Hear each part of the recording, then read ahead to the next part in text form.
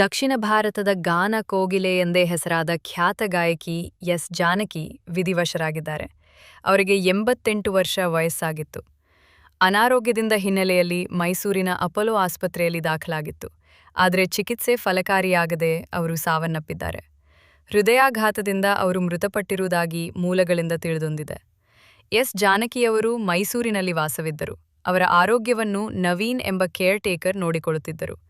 ಇಂದು ಸಂಜೆ ಅವರಿಗೆ ಇದ್ದಕ್ಕಿದ್ದಂತೆ ಹೃದಯಾಘಾತ ಆಗಿದ್ದು, ತಕ್ಷಣವೇ ಅವರನ್ನು ಖಾಸಗಿ ಆಸ್ಪತ್ರೆಗೆ ಸಾಗಿಸಲಾಗಿತ್ತು. ಆದರೆ ಅವರು ಚಿಕಿತ್ಸೆಗೆ ಫಲಿಸದೆ ಕೊನೆಯುಸಿರೆಳೆದಿದ್ದಾರೆ ಎನ್ನಲಾಗಿದೆ. ದಕ್ಷಿಣ ಭಾರತದ ಎಲ್ಲಾ ಪ್ರಧಾನ ಭಾಷೆಗಳ ಗಾಯಕಿಯಾದರು. ಜೊತೆಗೆ ಹಿಂದಿಯನ್ನೊಳಗೊಂಡಂತೆ ಭಾರತದ ಬಹಳಷ್ಟು ಭಾಷೆಗಳಲ್ಲಿ ತಮ್ಮ ಗಾನಮಾಧುರ್ಯವನ್ನು ಹರಿಸಿದರು.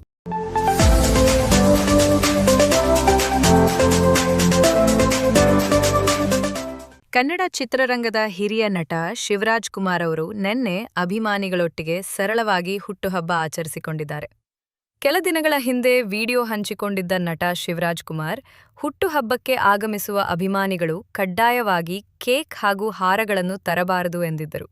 ಅದರಂತೆ ಸರಳವಾಗಿ ಹುಟ್ಟುಹಬ್ಬ ಆಚರಣೆ ಮಾಡಿಕೊಂಡಿರುವ ನಟ ಶಿವರಾಜ್ ಕುಮಾರ್ ಈ ಹುಟ್ಟುಹಬ್ಬಕ್ಕೆ ಅಭಿಮಾನಿಗಳಿಗೆ ಉಡುಗೊರೆ ನೀಡಿದ್ದಾರೆ.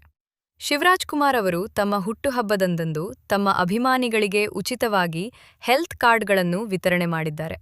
Hat trick hero family health card ಹೆಸರಿನ ಹೆಲ್ತ್ ಕಾರ್ಡುಗಳನ್ನು ನಟ ಶಿವರಾಜ್ ಕುಮಾರ್ ಬಿಡುಗಡೆ ಮಾಡಿದರು. ಈ ಹೆಲ್ತ್ ಕಾರ್ಡ್ಗಳು ಅವರ ಅಭಿಮಾನಿಗಳು ಮತ್ತು ಅವರ ಕುಟುಂಬದ ಆರೋಗ್ಯದ ದೃಷ್ಟಿಯಿಂದ ಬಿಡುಗಡೆ ಮಾಡಲಾಯಿತು. ಸುಮಾರು 2500 ಕುಟುಂಬಗಳಿಗೆ ಈ ಹೆಲ್ತ್ ಕಾರ್ಡ್ನಿಂದ ಸಹಾಯ ಆಗಲಿದೆ ಎನ್ನಲಾಗಿದೆ. ಉಚಿತ ಆರೋಗ್ಯ ತಪಾಸಣೆ, ಹೃದಯ ಸಂಬಂಧಿ ಕಾಯಿಲೆಗಳ ಚಿಕಿತ್ಸೆಗೆ ವಿಶೇಷ ಸೌಲಭ್ಯ, ಹೈಸ್ಪೀಡ್ ಆಂಬ್ಯುಲೆನ್ಸ್ ಸೇವೆ, 2029ರವರೆಗೆ ಕಾರ್ಡುಗಳು ಮಾನ್ಯವಾಗಿರಲಿವೆ. ಅಭಿಮಾನಿಗಳು ಮಾತ್ರವೇ ಅಲ್ಲದೆ ಅವರ ಕುಟುಂಬಕ್ಕೂ ಕಾರ್ಡ್ ಅನ್ವಯ ಆಗಲಿದೆ.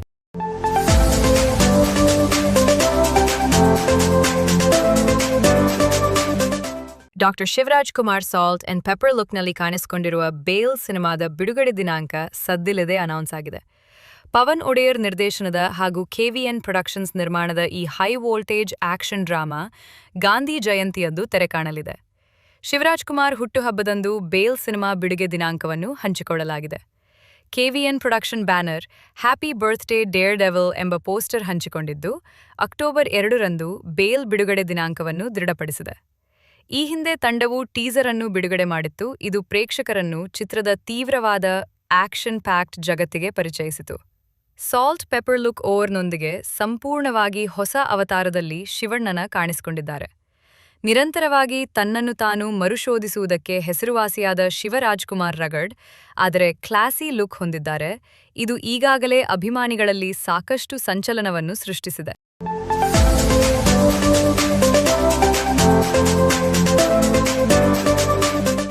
ರೇಣುಕಾಸ್ವಾಮಿ ಕೊಲೆ ಕೇಸ್ನ ಸಾಕ್ಷಿಗೆ ಬೆದರಿಕೆ ಹಾಕಿರುವ ಪ್ರಕರಣ ವಾರದಿಂದ ದೊಡ್ಡ ಚರ್ಚೆಯಾಗಿದೆ. ಇದು ಕೇಸ್ಗೆ ಸಂಬಂಧಿಸಿದಂತೆ ಹೊಸ ಹಲ್ಚಲ್ ಸೃಷ್ಟಿಸಿದ್ದು, ದರ್ಶನ್ ಅಭಿಮಾನಿಗಳು ಸಾಕ್ಷಿಗಳಿಗೆ ಬೆದರಿಕೆ ಹಾಕಿದ ನಂತರ ಅರೆಸ್ಟ್ ಕೂಡ ಮಾಡಲಾಗಿದೆ. ಬಾರ್ ಒಂದರ ಮಾಲೀಕ ಹಾಗೂ ಸ್ನೇಹಿತನ ಹೆಸರು ಈಗ ಸಾಕ್ಷಿ ಬೆದರಿಕೆ ಪ್ರಕರಣದಲ್ಲಿ ಕೇಳಿಬಂದಿದೆ. ತನಿಖೆ ವೇಳೆ ಇಬ್ಬರು ಪ್ರಭಾವಿ ವ್ಯಕ್ತಿಗಳ ಹೆಸರು ಬಯಲಿಗೆ ಬಂದಿದ್ದು, ದರ್ಶನ್ ಫ್ಯಾನ್ಸ್ಗಳಾದ ಪುನೀತ್, ವೇಣು, ಸುಹಾಸ್ನನ್ನು ಕಾಮಾಕ್ಷಿಪಾಳ್ಯ ಪೊಲೀಸರು ಬಂಧಿಸಿದ್ದರು. ಗೌರವ್ ಶೆಟ್ಟಿ ಮತ್ತು ಕಿರಣ್ ರೆಡ್ಡಿ ಎಂಬುವರ ಜೊತೆ ಆರೋಪಿ ಪುನೀತ್ ಸಂಪರ್ಕ ಹೊಂದಿರುವುದು ತನಿಖೆ ವೇಳೆ ರಿವೀಲ್ ಆಗಿದೆ. ಸಂಜಯ್ ನಗರದ ಬಾರ್ ಮಾಲೀಕನೊಬ್ಬರ ಸ್ನೇಹಿತನಾಗಿರೋ ಗೌರವ್ ಶೆಟ್ಟಿ ಹೆಸರು ಕೇಳಿಬಂದಿದೆ.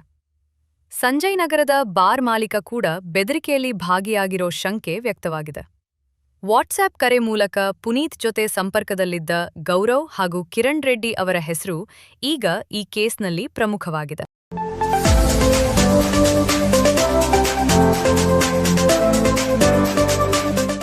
ತಮಿಳುನಾಡಿನಲ್ಲಿ ಸಿ. ಜೋಸೆಫ್ ವಿಜಯ್ ಅವರು ಟಿವಿಕೆ ಪಕ್ಷ ಸ್ಥಾಪಿಸಿ ಅಧಿಕಾರದ ಚುಕ್ಕಾಣಿ ಹಿಡಿದಿರುವ ಬೆನ್ನಲ್ಲೇ ತೆಲುಗು ಸ್ಟಾರ್ ಅಲ್ಲು ಅರ್ಜುನ್ ಕೂಡ ರಾಜಕೀಯಕ್ಕೆ ಪಾದಾರ್ಪಣೆ ಮಾಡಲಿದ್ದಾರೆ ಅನ್ನೋದು ಸುದ್ದಿ ದೊಡ್ಡ ಮಟ್ಟದಲ್ಲಿ ಸದ್ದು ಮಾಡುತ್ತಿದೆ.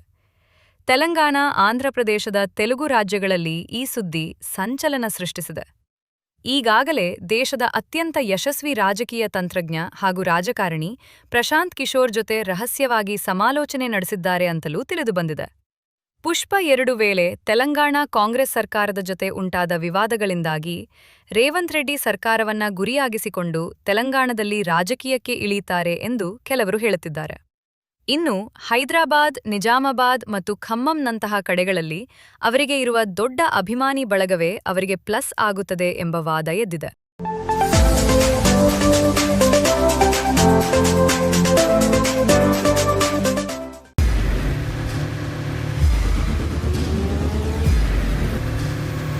ಪ್ರಜಾಮಾರ್ಗ ನ್ಯೂಸ್, ಇದು ಜನಸಾಮಾನ್ಯರ ಧ್ವನಿ.